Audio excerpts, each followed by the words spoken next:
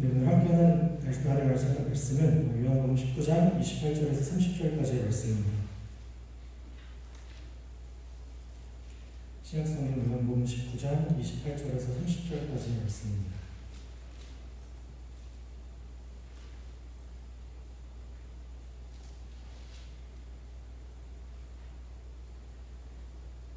제가 대신하여 공독하여 드리도록 하겠습니다.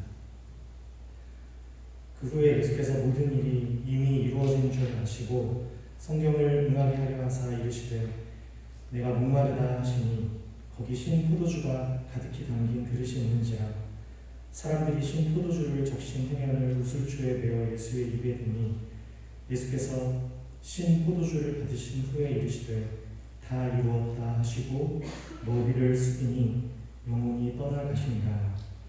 아멘. 그들이 기다렸던 메시아는 분명히 자신들을 구원할 분으로서의 메시아였습니다. 고통받고 있는 이 괴로운 현실 속에서 자신들을 건져줄 그런 구원자를 기다렸습니다. 예수님도 친히 자신이 자기 백성을 구원하러 오셨다고 하셨고요. 그래서 그분의 이름이 예수입니다. 영어로 직역하면 세이비어거든요. 자기 백성을 그 죄에서 구원할 자로 오셨습니다.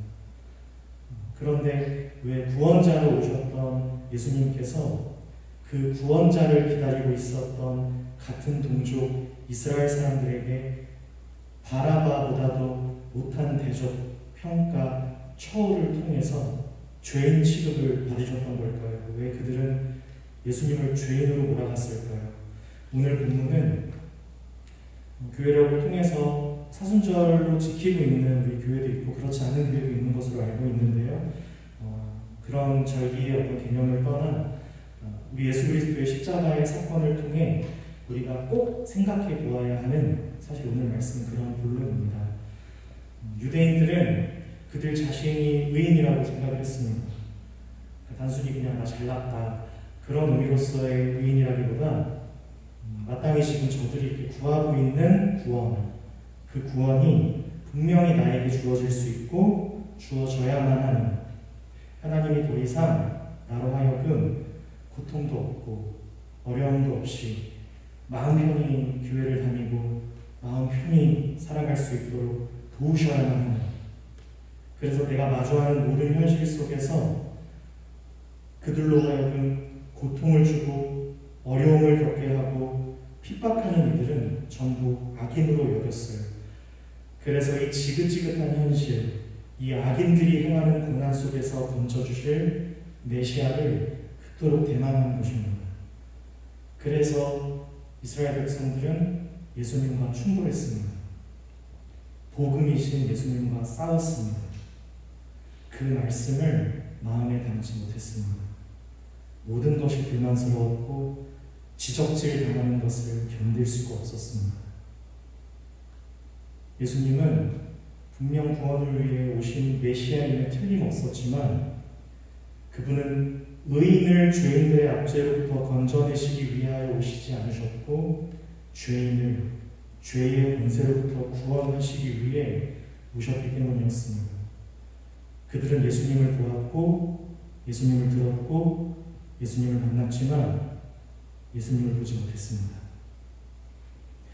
여러분, 오늘 말씀을 통해 저와 여러분이 우리 십자가 앞에 그 십자가 위에 달리신 예수 그리스도 앞에 다시 설 수 있게 되기를 주님의 이름으로 축복합니다. 예수님은 지금 이스라엘 백성들을 가리켜 죄인들이라고 선언하십니다. 그런데 중요한 건 이스라엘 백성들은 예수님의 말씀을 들을 수가 없었습니다. 왜냐하면 그들은 하나님을 믿었기 때문입니다. 그리고 지금 충분히 괴로웠습니다. 심지어 이스라엘 백성들에게 있어서 좀 이해하기 어려운 말씀이었습니다. 그들은 분명 하나님을 믿는 백성이었습니다. 하나님께서 택하신 자녀들이었습니다. 예배 나름대로 열심히 드리고 물론 하나님 말씀에 잘 순종하지 못하는 연약함과 실수가 있어서 지금 여기 악인들의 핍박과 압제 속에 하나님이 지금 두신 것은 맞지만 하나님은 다시 건져주실 것이라는 사실을 믿고 있었습니다. 언제나 하나님 그렇게 일하셨기 때문입니다. 하나님께서 보내주시는 구원자를 통해서 이제 우리의 현실, 이 어려움으로부터 우리를 건져주실 것입니다. 모세를 통하여 애굽의 바로를 치시고 애굽에서부터 꺼내주셨던 것처럼 여호수아를 세우셔서 가나안 족속을 다 패하시고 젖과 꿀이 흐르는 가나안 땅으로 인도하셨던 것처럼 여기 오늘 이 로마의 압제로부터도 그 모든 권세를 패하시고 우리를 건져주실 것을 기대하고 기도하고 있는 하나님의 백성들입니다. 우리가 오늘 그렇게 수요 저녁 기도회에도 나온 거잖아요. 우리 모두 그렇게 하나님의 도우심을 구합니다. 나를 회복시켜 주시고 나를 위로해 주실, 다시 내가 정신 차리고 살아갈 수 있도록 구원의 손길을 베푸실 우리 하나님을 우리 그렇게 구하며 간절하게 하나님을 예배드리는 것 아니겠습니까? 우리 하나님 예배하며 그 뜻대로 살아가기를 이렇게 원하는데 사실 현실적인 많은 어려움 가운데서 하나님은 참 답을 쉽게 주시지를 않으십니다.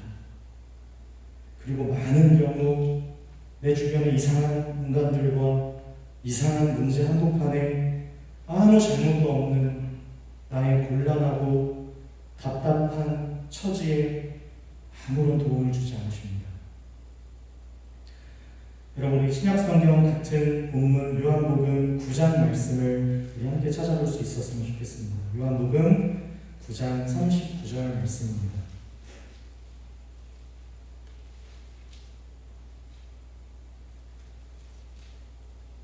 요한복음 9장 39절에서 41절의 말씀을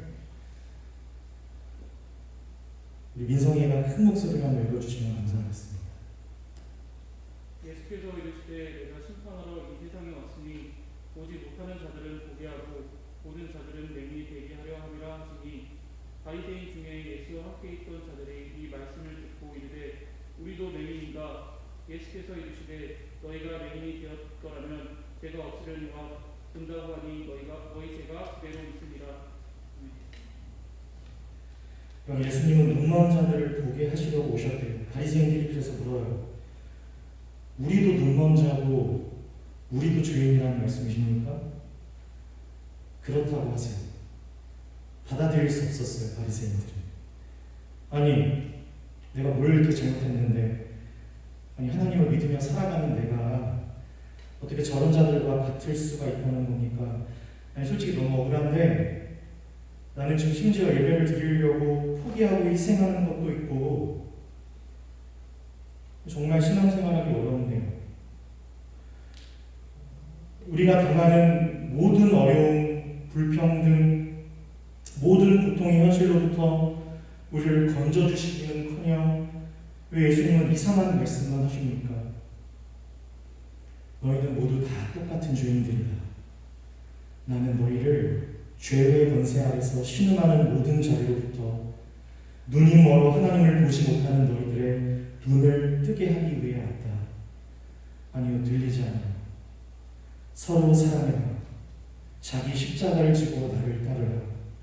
오른손이 하는 일을 왼손이 모르게 해라. 용서해줘라. 아니요, 어려워요. 들리지 않습니다. 그런 설교를 들으려고 이 귀한 시간을 낸 것 아닙니다. 이 본문 하나만 더 찾아보겠습니다. 요한복음 8장 31절입니다.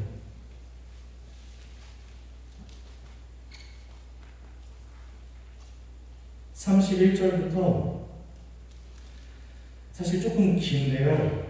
저는 이 말씀을 다 읽었으면 좋겠는데 왜냐하면 지금 이스라엘 백성들과 예수님의 아주 실제적인 충돌이 여기 낱낱이 기록되어 있습니다.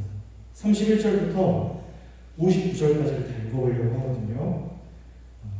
제가 우선 읽어보도록 하겠습니다. 요한복음 8장 31절입니다. 그러므로 예수께서 자기를 믿은 유대인들에게 이르시되 너희가 내 말에 거하며 참으로 내 제자가 되고 진리를 알지니 진리가 너희를 자유롭게 하리라. 그들이 대답하되 우리가 아브라함의 자손이라 남의 종이 된 적이 없고 주였거늘 어찌하여 우리가 자유롭게 되리라 하느냐. 예수께서 대답하시되 진실로 진실로 너희에게 이르노니 죄를 범하는 자마다 죄의 종이라. 종은 영원히 집에 거하지 못하되 아들은 영원히 거하나니 그러므로 아들이 너희를 자유롭게 하면 너희가 참으로 자유로우리라. 나도 너희가 아브라함의 자손인 줄 아노라. 그러나 내 말이 너희 안에 있을 곳이 없으므로 나를 죽이려 하는도다. 나는 내 아버지에게서 본 것을 말하고 너희는 너희 아비에게서 들은 것을 행하느니라. 대답하여 이르되 우리 아버지는 아브라함이라 하니 예수께서 이르시되 너희가 아브라함의 자손이며 아브라함이 행한 일들을 할 것이거늘 지금 하나님께 들은 진리를 너희에게 말한 사람이 나를 죽이려 하는도다. 아브라함은 이렇게 하지 아니하였느니라. 너희는 너희 아비가 행한 일들을 하는도다. 대답하되 우리가 음란한 데서 나지 아니하였고 아버지는 한 분뿐이시니 곧 하나님이시로다. 예수께서 이르시되 하나님이 너희 아버지였으면 너희가 나를 사랑하였으리니 이는 내가 하나님께로부터 나와서 왔습니다. 나는 스스로 온 것이 아니오 아버지께서 나를 보내신 것이니라. 어찌하여 내 말을 깨닫지 못하느냐. 이는 내 말을 들을 줄 알지 못함이로다. 너희는 너희 아비 마귀에게서 났으니 너희 아비의 욕심대로 너희도 행하고자 하느니라. 그는 처음부터 살인한 자요 진리가 그 속에 없으므로 진리에 서지 못하고 거짓을 말할 때마다 제 것으로 못하고 거짓을 말할 때마다 제 것으로 말하나니 이는 그가 거짓말쟁이요 거짓의 아비가 되었으며 내가 진리를 말함으로 너희가 나를 믿지 아니하는도다.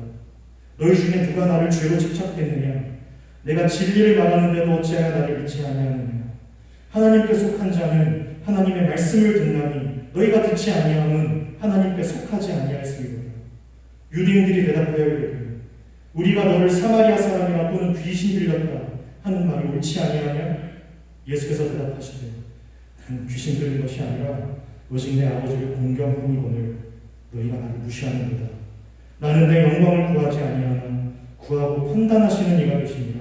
진실로 진실로 너희에게 이르노니 사람이 내 말을 지키면 영원히 죽음을 보지 아니하리라.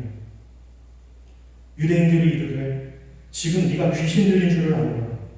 아브라함과 선지자들도 죽였거늘 네 말은 사람이 내 말을 지키면 영원히 죽음을 맛보지 아니하리라 하니 너는 이미 죽은 네 조상 아브라함보다 크냐? 또 선지자들도 죽었거늘 너는 너를 누구로 하느냐?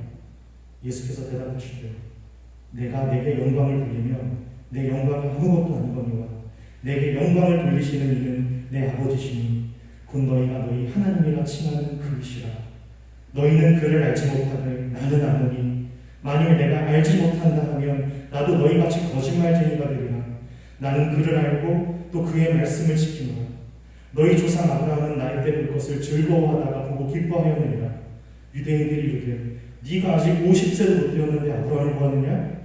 예수께서 이르시되 진실로 진실로 너희에게 이르노니 아브라함이 가기 전부터 내가 있느니라 하시니 그들이 돌을 들어 치려 하거늘 예수께서 숨어 성전에서 나가시니라. 아멘. 여러분 지금 예수님께 귀신이 들렸다고. 저도 제가 귀신 들렸다라는 모함을 들어본 적은 없거든요. 여러분 하나님께서 귀신 들렸다는 모함을 어디까지 가시는 겁니까? 우리 예수님. 여러분 보지 못합니다. 그런데 굉장히 요한복음이 재밌는 게요. 지금 다룰 건 아닌데 9장에 예수님이 누구 찾아가시는 줄 아세요? 진짜 날 때부터 앞을 못 보는 사람을 찾아가시는데 그는 예수님을 봅니다. 여러분 어떤 마음으로 오늘 예배를 드리길 원하십니까? 여러분 어떻게 예배를 드리고 싶으십니까? 여러분에게 예수님은 누구이십니까?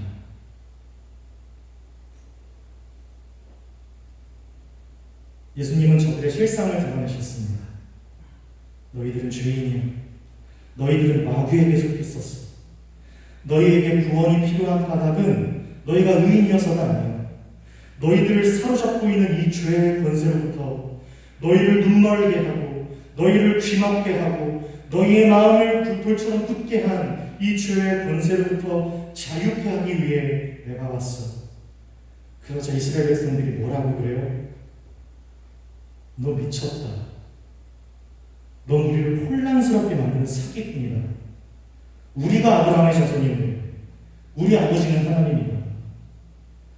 아니다. 내가 하나님께로부터 왔다. 여러분, 그렇게 이스라엘 백성들이 예수님을 미워하고 죽였습니다. 바라바보다 못한 죄인으로 예수님의 옷을 찢고 그의 몸을 십자가 위에 달아냅니다.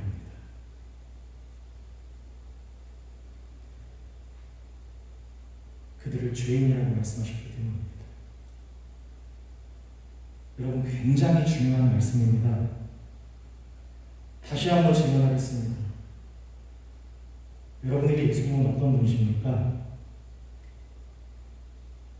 여러분, 도대체 기독교는 무엇입니까? 우리는 왜 하나님을 믿습니까? 여러분, 우리는 예수 그리스도를 믿는 사람들입니다. 우리가 예수님을 믿는다고 할 때는 그분이 우리를 위해서 십자가에 죽으셨다는 것을 포함합니다. 그리고 그분은 하나님이십니다. 이 모든 것이 우리가 예수님을 믿습니다 라고 할 때 다 포함되어 있는 고백입니다. 뭐가요?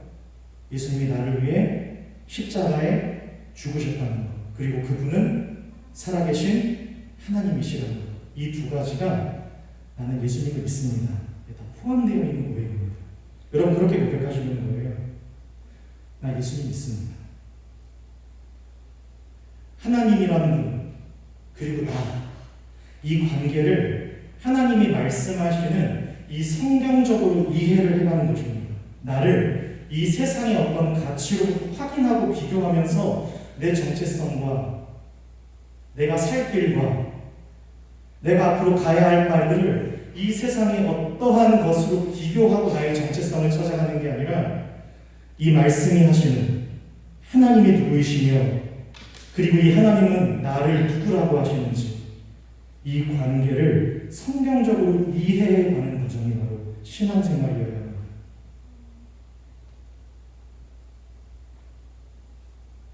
그런데 우리에게는 우리의 바램이 있습니다. 우리는 편하게 살고 싶어요. 어제 우리 열두사도 멤버들에게 신기하게 오늘 예배 어떻게 드리고 싶냐니까 10% 되는 인원이 편한 마음으로 예배를 드리고 싶다고 하더라고요. 뭔가 제 리더십에 좀 문제가 있는 것 같습니다. 아니요. 편하게 살고 싶어요. 무슨 뜻이에요? 고민하고 싶지 않다는 거죠. 편하게 산다는 건 여러 가지 구체적인 싸움이에요. 문제가 없고 싶다는 거. 왜냐하면 지금 충분히 괴로워요.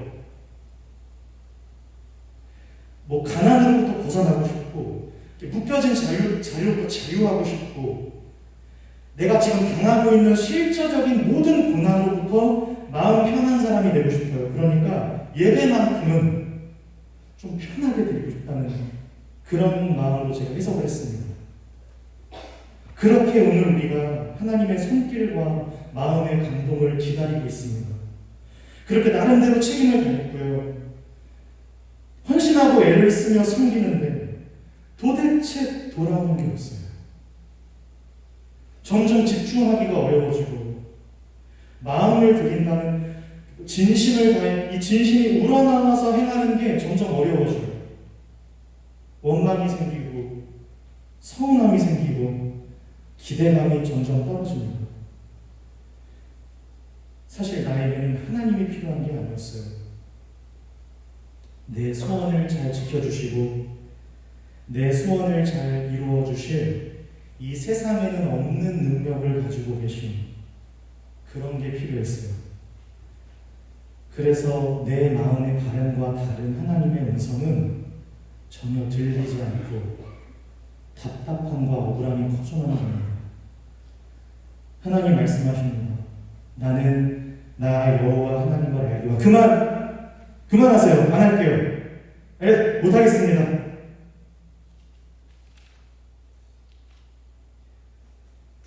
여러분, 오늘 본문과 같은 바리새인들, 서기관들, 율법사들, 교회 전통과 신앙생활 형식에 익숙하여 살아가던 이들이 범할 수밖에 없던 실수는 굉장히 결정적이었습니다.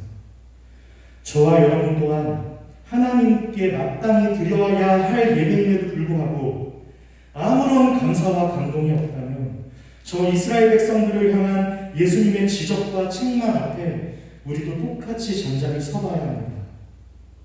우리가 행하고 있던 예배, 헌신, 봉사, 주일 성수, 기도, 이건 그저 교회 생활에 익숙해져 있는 것으로 현실의 시름을 잠깐 잊기 위한 예방주사, 말하자면 이 힘들고 고단한 인생 속에서 줄인 영혼을 잠시 해결하고자 아이스 아메리카노 내지 핫시스 한 잔 응용하는 것에 불과한 것, 그게 우리가 드리는 예배였는지 모릅니다. 잠깐 이 시름을 덜어내기 위한 인슐린 같은 것. 그런데 이제 그마저도 약발이 듣지 않고 어려워지고 있습니다. 복음이 문제입니까? 아니면 부족한 설교자예요? 예배팀의 문제입니까? 예. 그러나 오늘 성경은 그것이 근본적인 문제는 아니라는 그 말씀을 우리 예수님께서 하고 계십니다.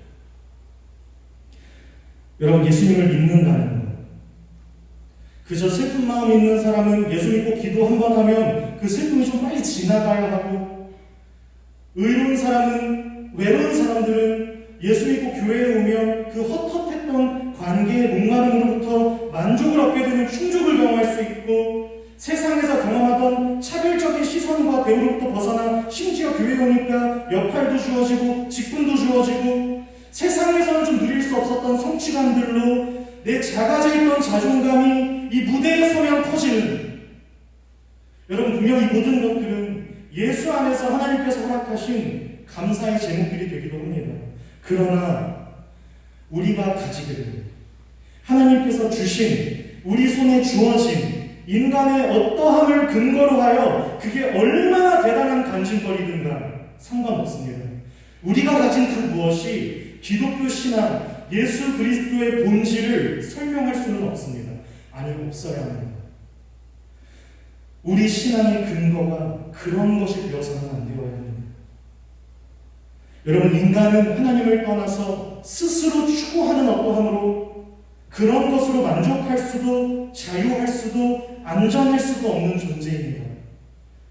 여러분, 우리 인간은 본성상 나에게 9가지의 감사의 제목들이 있다고 해도 한 가지 불행한 일이 생기면 그 한 가지 불행한 일이 나의 9가지의 감사를 삼켜버리는 그런 본성을 가지고 있습니다. 이것이 죄입니다. 우리는 만족할 수 없습니다. 내가 가지지 못한 그 무엇을 향하여 끊임없이 생성되는 굶주림과 질투심과 시기심을 달랠 수 있는 능력이 우리에게는 없습니다. 자신의 헛헛한 영혼의 마음, 그 채워지지 않았던 저 다른 사람은, 타인들은 누리고 경험하는 그 낯선 풍족에 대한 억울함이 내 슬픔을 달래어주시는 하나님의 손길조차 이제는 전혀 위로가 되지 않는, 심지어 공평하시지도 않는, 하나님의 말씀 너무 상투적이고 진부한 것으로 여기며 실제적인 나의 체온을 달래어주는 사람과 그 사람과 친밀한 관계를 나누는 것에 작은 소망이 싹 터가게 됨을, 심지어 그 관계 속에서 진정한 구원을 이제서야 경험하기도 하고 한 것처럼 그 사람, 그 관계, 그 자리에 나의 영혼을 바치는, 예배에서도 드릴 수 없는 진정성을 관계성 속에서는 드러내며 내가 원하지 않아도 그 사람을 위해서라면 모든 것을 내어주는, 그러나 그 또한 점차 내가 생각하고 원하던 이상적인 관계성과 인간상, 다 각자가 가지고 있는 인간상에 대한 극명한 차이들을 경험하게 되면서 예상치 못한 그 사람과의 오해와 균열들을 또 경험하게 되면서 이 사람이면 될 줄 알았는데 인간 혐오의 나라고 보기 좋게 스스로 깨어져가는 나를 마주할 뿐입니다. 사람만큼 지겨운 존재가 또 없더랍니다. 그리스도 안에서 서로의 연약함을 함께 동정하며 나보다 남을 낮게 여김으로 피차 서로 복종하여 섬겨야 한다는 예수님의 말씀은 교회 공동체마저 세상과 전혀 다를 것 없는 오히려 더 위선적이고 스스로를 기만하는 자들의 무리임을 마치 스스로 증명이라고 하는 것처럼 여기서 안타까운 감정 낭비 내지 정신승리로 치부하며 나는 손을 털고 이 무지성 집단으로부터 탈출을 감행합니다. 교회는 더 이상 내가 있을 곳이 아닙니다. 여러분, 이것이 의인이라 칭하는 자들이 드러내는 증상입니다. 당시의 바리새인들, 율법사들, 종교 지도자들의 모습이었습니다. 예, 맞습니다. 우리입니다. 여러분, 우리가 너무 우리 입장에서만 익숙해져 있고 또 굉장히 쉽고 빠르게 답을 찾고 싶어하는 것에 깊이 고착화되어 있는 정서적인 가치가 하나 있는데요. 그것은 바로 위로입니다. 여러분, 다 위로가 필요하시죠? 그리고 이 세상에는 저와 여러분들의 필요를 손쉽게 채울 수 있도록 그 갈증의 해갈에 어떤 타협점을 찾을 수 있도록 길을 터주는 가치들이 이 세상에 너무나 많습니다. 하기 싫으면 하지 않아도 돼. 네가 해보고 싶으면 무엇이든지 해. 너에게 도움이 되지 않는 이들에게 친절할 필요는 없어. 너의 가치를 아무나 손쉽게 누리지 못하도록 너의 존엄성을 스스로 지켜. 너 스스로를 사랑해. 그리고 오늘날 교회 안에도 많은 경우 이와 같이 위로라는 것을 쉽게 인용하고 쉽게 허용하며 아주 단순하게 인간을 이해할 수 있는 것처럼 감히 위로하려 들려고 합니다. 저도 사실 많이 익숙합니다. 제가 어디서 그런 걸 많이 느끼냐면 제가 이런 표현들을 교회 안에서도 곧잘 쓰더라고요. 예배를 드리러 와주셔서 감사합니다. 물론 저는 전도사로서 사역자로서 합격점을 받을 만한 좋은 사람은 아닙니다. 저는 아직도 소변이 짧고 속이 좁습니다. 그래서 제 안에 하나님이 주신 소명과 마음이 있다면 저는 하나님의 말씀을 바로 전할 수 있는 그냥 그런 종이 되고 싶습니다. 여러분, 우리가 같이 고민하고 싸워야 할 것이 있다면 하나님의 말씀, 우리 주 그리스도 예수님의 사랑, 이 모든 것을 우리가 원하는 식으로, 우리가 할 수 있는 대로, 우리에게 필요한 대로 이해해버리려고 하는 손쉬운 시도들을 멈춰야 합니다. 여러분, 우리는 분명 연약한 사람들입니다. 그래서 우리에게는 언제나 이유가 있습니다. 하소연이 있습니다. 마음의 원함은 분명히 있지만 그것이 잘 안 됩니다. 그래서 할 말이 있습니다.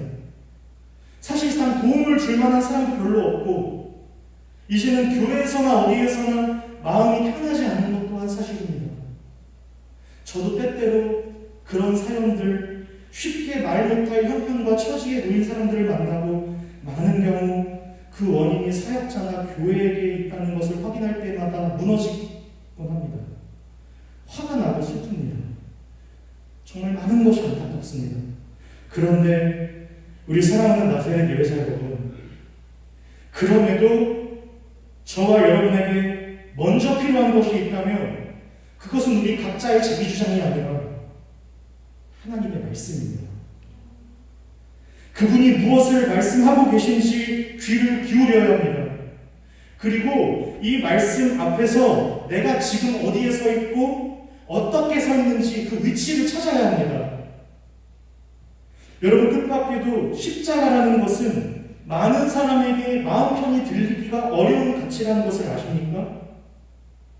여러분, 설교가 잘 들리고 잘 이해되고 너무 들으면 마음이 좋고 편하고 물론 그런 것들이 저에게는 좀 없는 능력이라요.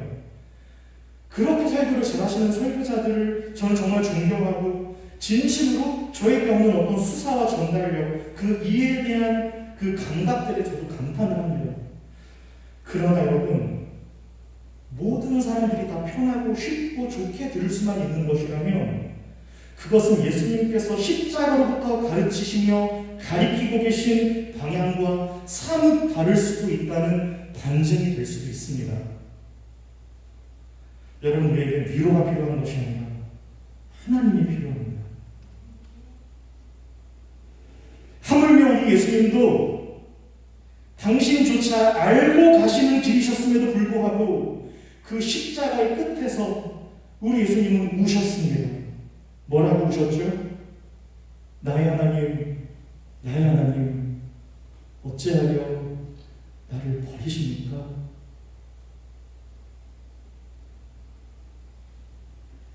갈라디아서 6장 12절에서 13절까지의 말씀을 보면 십자가의 도를 전하는 일은 박해를 받는 일이라는 표현이 있습니다. 여러분, 왜 십자가를 얘기하는 게 박해를 받는, 핍박받는 일이 될까요? 여러분, 왜 예수 그리스도의 십자가는 많은 사람들에게 거치는 것과 걸리는 것이 될까요? 기독교가 약간 마이너 감성이 있어서 그런 걸까요? 아니요. 우리 아까 긴 본문을 할애해서 요한복음을 통해 확인했듯이 예수님이 유대인 앞에 서셔서 그들과 변론하시고 말씀하셨던 것과 동일한 지적과 말씀을 전하는 자리가, 그것을 드러내는 자리가 바로 십자가이기 때문입니다. 그 분명한 지적이 무엇입니까? 저와 여러분들은 죄인이라는 사실입니다. 우리가 연약해서 그냥 실수도 좀 할 수 있고, 다만 도움이 좀 필요하고, 잘 모르는 것이 많아서 그런 죄는 미워하되 사람은 미워하지 말아야 할 그런 소중한 사람이기 때문에, 아니요, 우리는 모두 죄인입니다. 여러분, 하나님이 그 죄의 약한 권세만 쳐나가면 될 일 아닙니까? 그 죄라는 것만 추출하셔가지고 지워버리시면 될 일 아닙니까? 죄가 문제면. 근데 왜 예수님이 죽으셔야 합니까? 그 죄의 책임이 죄인들이 우리에게 있기 때문입니다. 유대인들은 납득할 수가 없습니다. 그리스도인으로 살아가는 오늘도 이 하루의 위로가 필요한 우리에게도 납득하기가 좀 어려운 말씀입니다. 어떻게 현장에서 가능하다가 붙잡힌 저 거지 같은 여자와 내가 일주일에 2번이나 금식하고 밤 12시까지 찬양팀을 연습하고 없는 중에도 정성껏 11조와 헌금을 하는 내가 설교 준비를 위해서 밤잠을 설치고 내 소중한 것들을 포기하면서까지 헌신하는 내가 저 상종치도 못할 인간을 이해해야 한다면, 이 현실을 내가 하나님의 뜻대로 받아들여야 된다면, 내가 왜 도대체 이곳에 가면서 전전긍긍하고 살아야 합니까? 왜 하나님은 도와주시지 않습니까? 납득할 수 없습니다. 말씀의 미음자도 알지 못하는 저 지맘대로 유흥하고 문란한 저 인간과 왜 나를 자꾸 상종하게 하십니까? 더러워서 때려치든지 해야지. 내가 여기만 직장이야?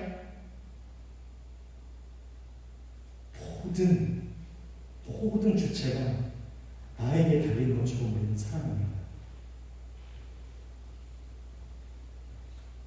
나의 분노는 정당하고 내가 지금 삐진 것에는 이유가 있으며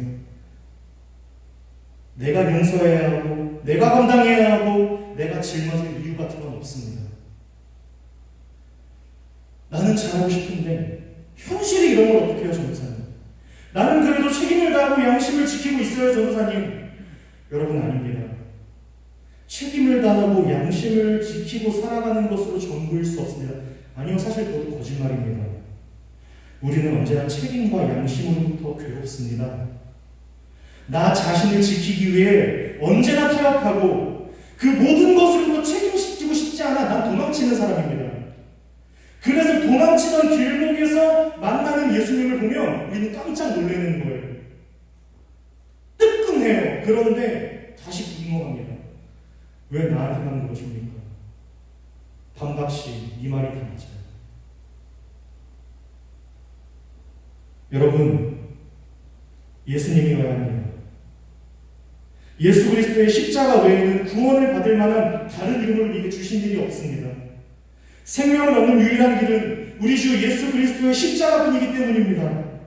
그렇게 예수 그리스도께서 가신 길을 우리도 가야 합니다. 그렇게 여러분이 일을 하시고 그렇게 여러분이 견뎌내시며 그렇게 여러분이 지켜가시는 모든 일들은 결코 헛된 일이 될 수 없는 것입니다. 이것이 저와 여러분을 향하신 우리 예수 그리스도의 부탁입니다. 여러분, 이것을 배우지 못하면 십자가의 필요성을 내가 느끼지 못하면 그냥 단순히 십자가라는 추상적인 의미로만 이해하고 그냥 그런 게 그런가 보다 이런 게 아니라 정말 나에게 이 십자가가 절실하게 필요하다는 것을 느끼지 못한다면 우리는 그리스도인으로 살 수는 없습니다. 십자가야말로 우리가 고백해야 하는 기독교의 정수이기 때문입니다. 예수 그리스도의 십자가 외에는 나를 건져낼 아무런 방법이 없습니다. 나는 인내할 수 없습니다. 나는 지킬 수 없습니다. 나는 스스로 만족하고 감사할 수 없습니다. 예수님이셔야 합니다. 주님, 나의 믿음 없음을 불쌍히 여기시고 나에게 말씀하시고 내가 그 길을 쫓아갈 수 있도록 믿음의 주요 나를 온전케 하실 수 있는 유일한 분인 예수님 당신을 바라볼 수 있도록 도와주십시오. 나는 예수님을 믿습니다. 이렇게 여러분 사도신경을 하셔야 합니다.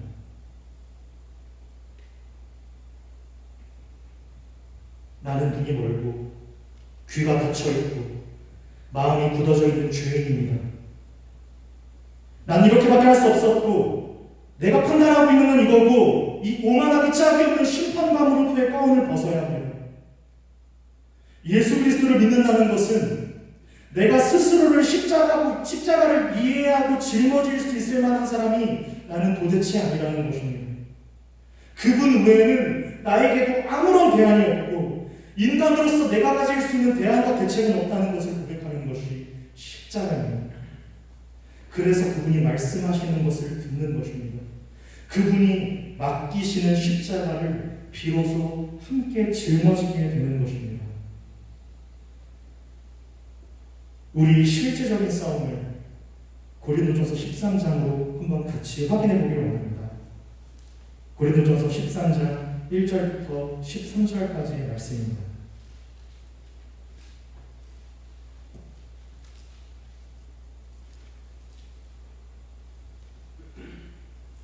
저 한 절, 여러분 한 절 교독하도록 하겠습니다. 고린도전서 13장 1절부터 13절까지의 말씀입니다. 내가 사람의 방언과 천사의 말을 할지라도 사랑이 없으면 소리나는 구리와 울리는 꽹과리가 되고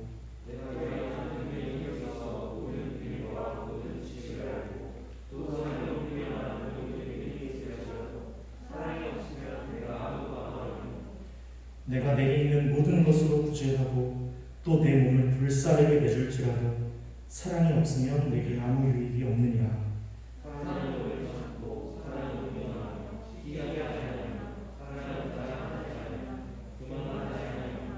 무례히 행하지 아니하며 자기의 유익을 구하지 아니하며 성내지 아니하며 악한 것을 생각하지 아니하며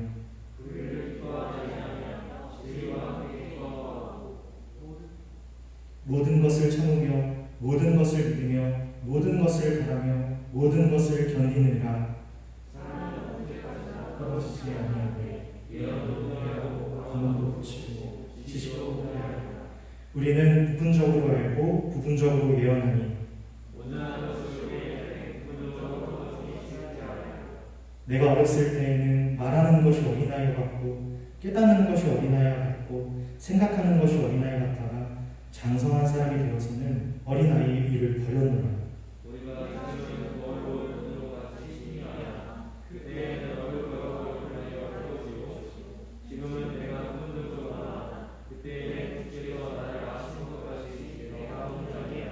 함께 읽겠습니다. 그런즉 믿음, 소망, 사랑 이 세 가지는 항상 있을 것인데 그 중에 제일은 사랑이라. 아멘.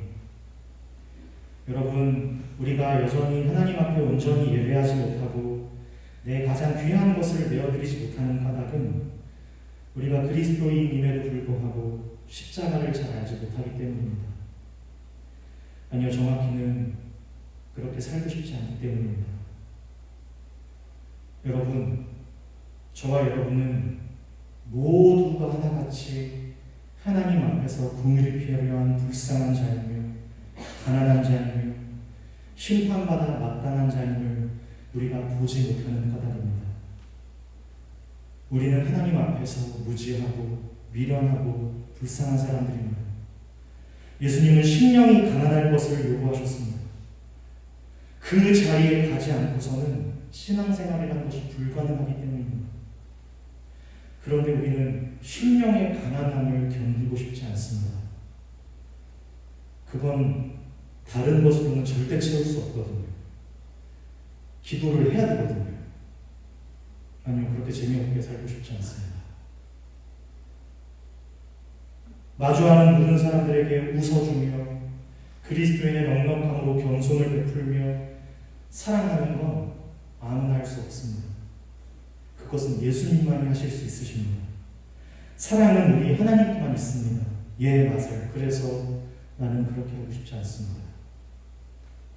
그러려면 전심으로 하나님을 붙잡고 살아야 되는데 그렇게 재미없게 내 젊음을 낭비할 수가 없기 때문입니다. 내 가장 소중한 것도 내어드릴 수 있어야 하는데 어떻게 그래요? 그렇게 하기에는 너무 아깝습니다. 얼마든지 내가 지켜내고 내가 살아내고 내가 감수하는 이 현실을 나름대로 내가 잘 살아갈 수 있다는 고집이 꺾이지 않습니다. 눈먼 소경이 향방을 하지 못하고 손짓할 뿐입니다. 그것을 지적하고 그것을 드러내시는 예수님의 말씀 앞에 우리도 엎드리지 못하는 까닭입니다. 그렇게 깨어지고 부서진 영혼의 상처를 들고 사람들의 손에 휘둘려 내동댕이 쳐지는 여인과 같이 우리도 서게 되는 것입니다. 비로소 할 말이 없어집니다.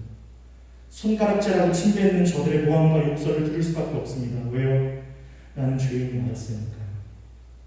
그런데 그 앞에 예수님이 서시는 것입니다. 여러분, 이 사순절 기간 우리가 먼저 기억해야 될 사실은 저와 여러분들은 겉으로 보기만 멀쩡하지 참 비참하고 추한 죄인들이라는 사실입니다. 죄송합니다. 제 마음은 그렇지는 않은데 그냥 제가 사실 저를 보면 그랬거든요. 저와 여러분들이 같다고 얘기하면 너무 좀 부끄럽지만 저는 겉만 멀쩡하신 사실 아니에요. 이 속에 얼마나 더러운 게 많은지 모릅니다. 저는 죄인입니다.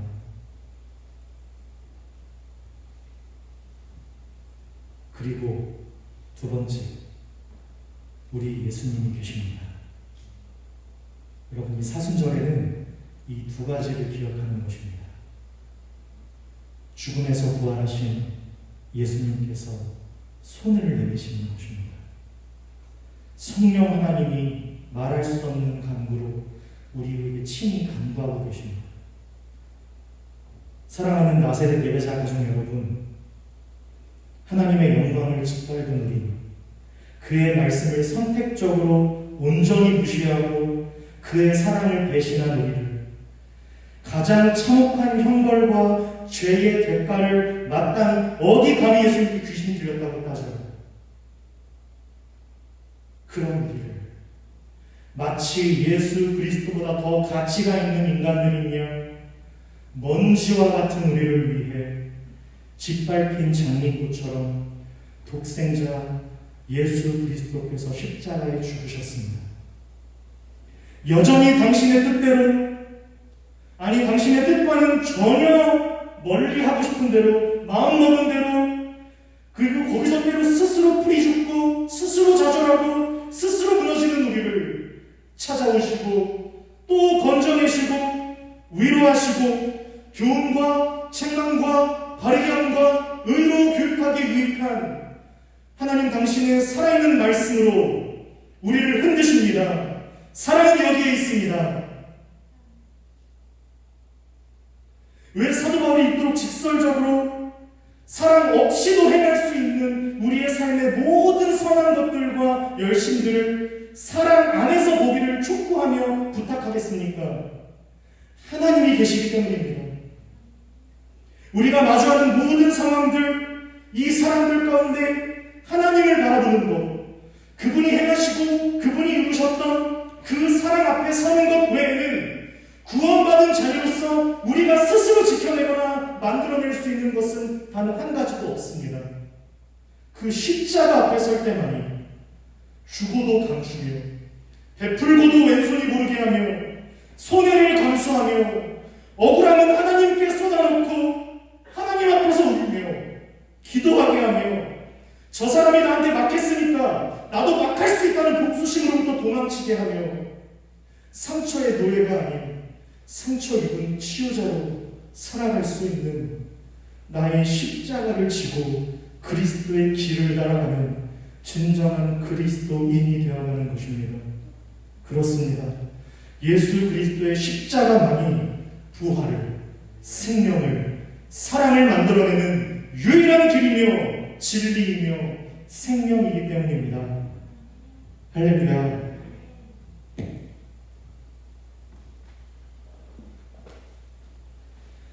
여러분, 하나님 나라 이런 말 많이 해요. 하나님 나라. 여러분, 그리고 하나님 나라는 성경에서 가장 중요한 개념 중에 하나입니다. 네, 여러분 이거 꼭 아셔야 할 TMI인데요. 여러분, 천국이라는 말은 사복음서에서 마태복음에만 유일하게 표현되어 있습니다. 나머지 마가, 누가, 요한복음에는 천국이라는 말이 등장하지 않고요. 다 하나님 나라라고 명시되어 있습니다. 그 이유는 여러분 아시는 분은 계시겠지만 마태복음은 유대인들을 향한 편지이기 때문에 유대인들은 감히 하나님이라는 단어를 입에 담지 못했습니다. 그래서 하나님 나라를, 하늘 나라, 그래서 그것이 한자로 번역되어서 우리나라 옆에는 천국이라고 번역된 것입니다. 그래서 어떤 이 우리나라의 정서와 좀 맞아 떨어진 것 같아요. 우리나라는 땅을 좋아하잖아요. 그래서 보통 하늘나라, 천국하면 죽어서 가는 그런 나라 정도로 이해하는 경향성이 우리나라 대부분 성도들에게 있더라고요. 여러분, 그런데 아닙니다. 맞지만 아닙니다. 여러분, 성경이 이야기하는 정확한 하나님 나라는 물론 장소적인 개념도 포함되어 있습니다. 우리가 죽어서 그 나라에 갈 것입니다. 할렐루야. 그런데 그 첫 번째 본질적 의미는 바로 우리 하나님의 통치, 우리 하나님의 다스림, 그 다스림이 우리를 통해 실현될 때 그 자리가 하나님의 나라가 되는 것입니다. 여러분, 예수님 믿기로 했습니다. 그래서 이제 하나님의 통치와 다스림을 받기 시작하는 거예요. 그것을, 그 현현하는 자리를 하나님의 나라라고 하는 것입니다. 그래서 예수님 공생 시작하시면서 가장 첫 번째로 하신 말씀이 뭐죠? 회개하라, 천국이 가까이 있느니라. 예, 하나님 앞으로 나오셔야 합니다. 여러분, 그 마음을 드리며 사는 것이 예배가 맞습니다. 여러분, 하나님께서 저와 여러분들에게 삶을 허락하셔서 그 다스림과 통치, 하나님의 나라를 이루어가기를 원하십니다. 우리가 그 말씀 앞에 작은 것에도 충성하며 순복할 때, 우리가 그 다스림과 통치 아래 무릎을 꿇을 때, 그때만 가능합니다. 그것만이 의미가 있습니다. 그리고 그게 전부입니다. 여러분, 하나님께서 기회를 주시겠다는 거예요. 언제든지 돌아오기만 하면 된다는 거예요. 그 잃어버린 형상, 그 조각조각들을 우리가 다시 회복해 가야 합니다. 그것은 하나님의 통치와 다스림 앞에 우리의 무릎을 내어드릴 때, 그때만 가능합니다. 그래서 우리로서는 할 수 없는 그 일을 우리 예수님께서 이루신 그 자리가 바로 십자가입니다. 우리의 책임감, 우리의 성실함, 빚지고 못 사는 성격, 우리의 능력 자체가 어느 정도 의지하고 신뢰할 수 있는 것이라 해도 한 치 앞도 예측할 수 없는 이 현실 속에서 너무 각각 다르잖아요. 그런데 그 능력의 수준도 다르고 환경도 다르고 조건들도 달라요. 그래서 우리의 신앙과 삶은 제각각 달라요. 그래서 우리는 조건들에 좌지우지 흔들릴 수밖에 없습니다. 그러나 오늘 이 복된 말씀 앞에 이 귀한 저녁 십자가를 보며 그 죽음의 권세를 깨뜨리신 예수 그리스도를 의지하는 믿음 안에서 모두 각각 다른 정황과 현실을 살아가지만 그 현실 속에서도 하나님의 다스림과 그 통치를 바라보며 하나님께서 부탁하신 것에 순복하며 사랑하기를, 이해하기를, 직면하고 받아내기를 포기하지 않는 그렇게 예수님의 장성한 분량에 이르기까지 자라가는, 그렇게 살아가는 우리 사랑하는 나사렛 모든 예배자들이 이러한 신실한 그리스도의 제자들이 되기를 간절히 원합니다. 여러분, 이것은 우리의 사명이 아니라 저와 여러분들의 정체성입니다. 여러분, 그리스도인은 사명의 길이 아니라 정체성입니다. 여러분, 빛이 되라고 하지 않으셨고요, 여러분 보고 빛이라고 말씀하셨습니다. 이 땅 가운데 빛과 소금된 역할을 해야 되는 것은 우리의 사명이 아니라 우리의 정체성 그 자체입니다. 여러분, 기억하십시오. 하나님께서 저와 여러분들을 그리스도인으로 불러주셨습니다. 우리가 할 수 없습니다. 여러분이 말씀 앞에 서보지 않으시겠습니까? 여러분, 이 사순절 기간, 그 절기의 어떠함을 떠나 우리 주 예수 그리스도의 십자가를 다시 한번 고백하며 그 은혜와 긍휼이 나에게 먼저 필요하다는 사실을 갖되 겸손히 귀 기울여 보시지 않겠습니까? 오늘 이 저녁 우리의 초라한 기도의 제목들도 우리 하나님은 듣고 계십니다. 여러분, 예수님께 나아가십시오. 제가 잠시 기도하겠습니다. 고맙고 사랑이 많으신 하나님, 감사합니다. 하나님, 오늘도 이 하루를 하나님 앞에서 살아가며 주어진 시간과 나에게 맡겨진 이 현실들을 나름대로 최선을 다해서 마주하고 살았지만 여전히 불쑥불쑥 튀어나오는 내 안에 정리되지 않은 감정들과 다듬어지지 않은 근성들과 이 모든 것들이 어찌할 수 없는 나의 연약함이라 스스로 합리화하며 마음껏 미워하고 마음껏 무책임하고 또 마음껏 낭비했던 그 순간순간의 과정들을 다시 돌아보게 됩니다. 하나님, 우리의 하나님 되신 예수 그리스도를 바라보기 원합니다. 우리의 믿음의 주인이시며 우리의 생명의 근원 되신 우리 주 예수님을 다시 바라보기 원합니다. 그 피 묻은 십자가 앞에 다시 서기를 원하오니 주님, 우리를 긍휼히 여겨주시고 주의 마음을 담은 당신의 마음에 합한 예배자들로 성숙히 자라갈 수 있는 우리 사랑하는 나사렛 모든 그리스도인들이 될 수 있도록 은혜 베풀어 주시옵소서. 감사와 찬양을 드리며 살아계신 나사렛 예수님의 이름으로 간절히 기도드리옵나이다.